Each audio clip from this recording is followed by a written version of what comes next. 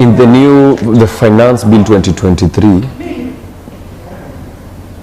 the Finance Bill 2023, I think I have a different take. One, it's not that we don't make money, and there is, and I want to take an issue with one member of Parliament, Jalango, because he said that he didn't know what to tell the committee that was taking care of that, the parliamentary committee that was taking care of that. And he was to go in and tell them we don't make money. So he sees people with big cars and houses, anashinda vile anasema hatuna pesa. That's not the point. The point is not to look like we are not making money. The point is, what is the situation on the ground? So if you ask me, we are not special. And everyone, regardless, even Mama Mboga, should be able to pay. As long as you are earning, you should be able to pay your taxes. That's non-negotiable. However, it is unfair to say currently we are paying our taxes. In order for you to operate in what we do, like for example, in the advertisements we do on digital, because that's what they're calling digital content creation, where you're making money. Exactly. You cannot, most of the times you don't work directly with a company as a person. So what we do, we incorporated a company, a limited company. And when you open a company, lazima KRA wanajua kuna kampuni. So lazima you meet all the qualification. Even when you're getting those goods, you're asked for a KRA certification, right? So that means we are paying taxes. However, for the withholding, we do 5%. But this Finance Bill 2023 is saying we do 15% from 15%, right? Going over, because it's basically from 5%. Okay, this one is also off. Do you support the 3% housing levy? 3% housing levy. Now, I have a lot of reservation. That's what I'm saying. I have a lot of reservation because my point is we are looking for money. If you ask me what is inaeleweka from this government is we are looking for money. Na nawaelewa. Juu wameingia wakapata, mnadaiwa hapa na bado tunataka mahospitali, tunataka mabarabara. So what do? They look for quick money. Quick money ni mshahara hii finance bill ikipita, the next month mnaanza kutoa 3%.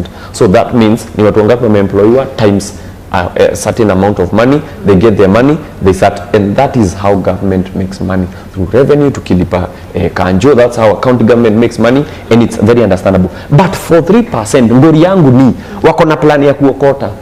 Actualization, how is this going to be? Is it making sense? If you explain something for long, then there's something else. Also, there's priorities. Okay. So what is the priority right now? Juzi shule zilikuwa karibu kufungwa, wanasema hawana chakula. What is the priority? Priority ni 3. Like, why is the rush for kujengea watu nyumba, watu wenye wamekataa? You see, if people would be like, hapana tuko hakuna mtu hawezi taka nyumba. Mimi naweza taka kuwa na nyumba hata house. Wanasema tunataka si wote kuishi. That's another nini. Ati future is urban.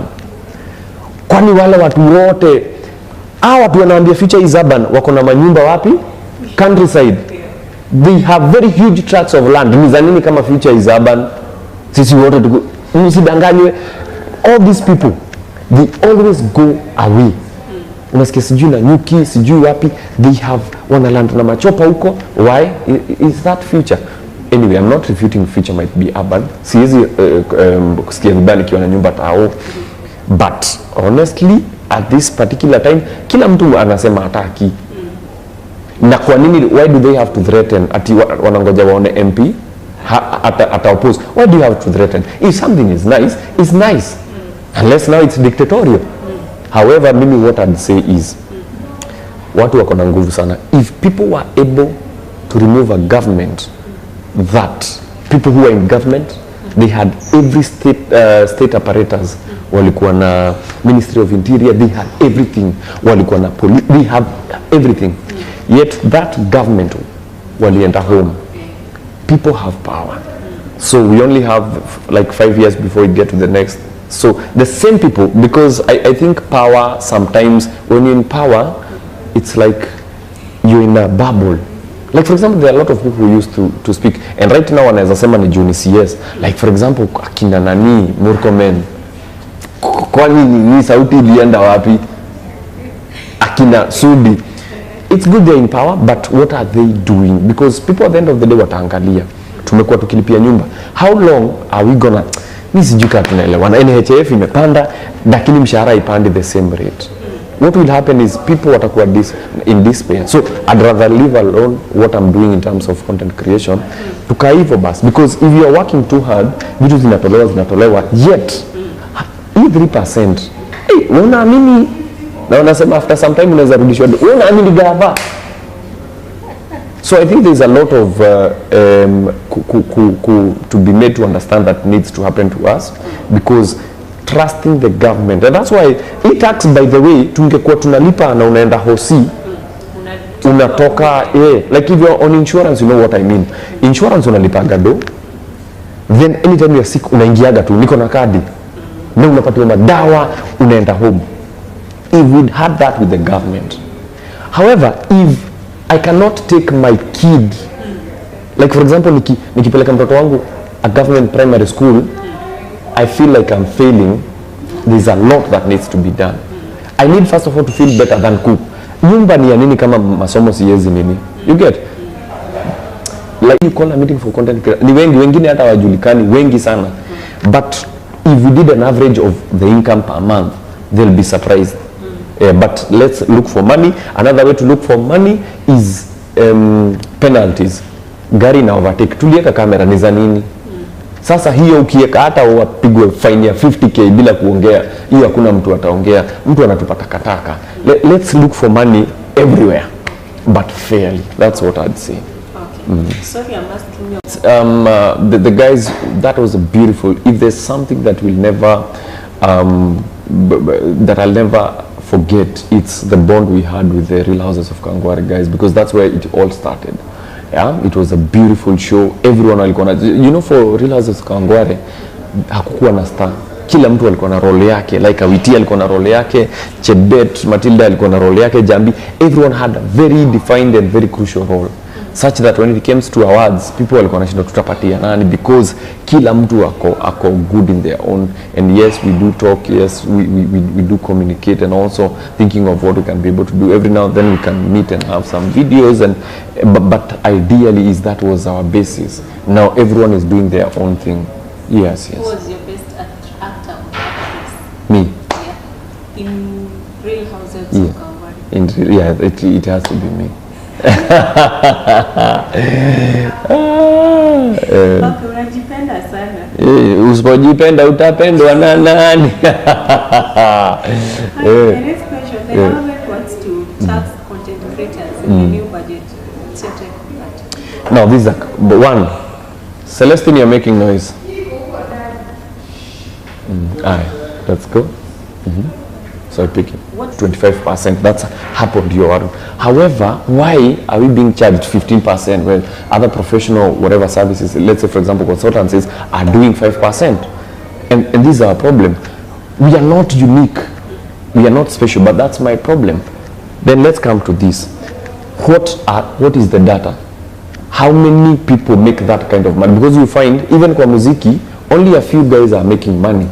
But we have a lot of other musicians who are not making money.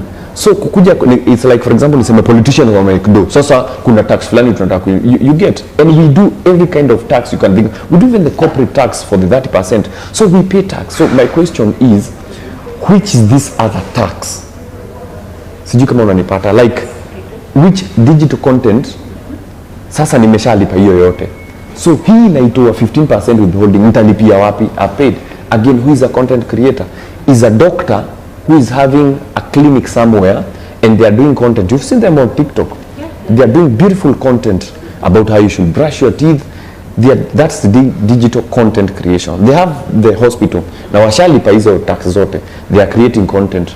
Now, they have done this, but they are promoting their clinics. Let's say, for example, should they be able to pay now tax because they are content creators?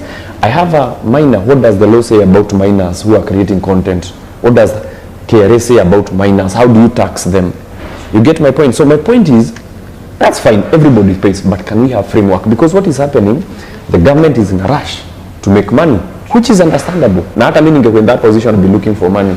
However, you can not look for money everywhere. I feel it's unfair because wanakuja, there is no framework in what we are doing content creation. Who is a content creator? There is no framework. They should define that. It should be very defined, and like for example we have teaching practice, we have doctors, hizo zote ziko na system, you know you have, and that's why wanaekaga ma licenses, you know what you need to have. But us ni kitu tu manze umejipata because gava vijana wakumbukwi for the last governments hatujakuwa tukikumbukwa, so all of a sudden watu wamejipanga and they fell upon something inaweza fanya ABCD. Hatusemi ni vibaya ku make money, please let's make money. However, we are saying let's all pay tax, but let's be fair. Like for example, I feel it's unfair for someone who is solely depending on YouTube. YouTube already imeshakata pesa from IRS, wanakuja Kenya kuna do wanakatwa, so by the time pesa yako inakufikia ishakatwa iko sawa. My point is it's a little money, so I don't expect that same person to pay 15% of hiyo pesa yake with the same person who is earning, let's say for example, millions from content creation. Can we either find a way of segmenting, like the way we have the 24, if you earn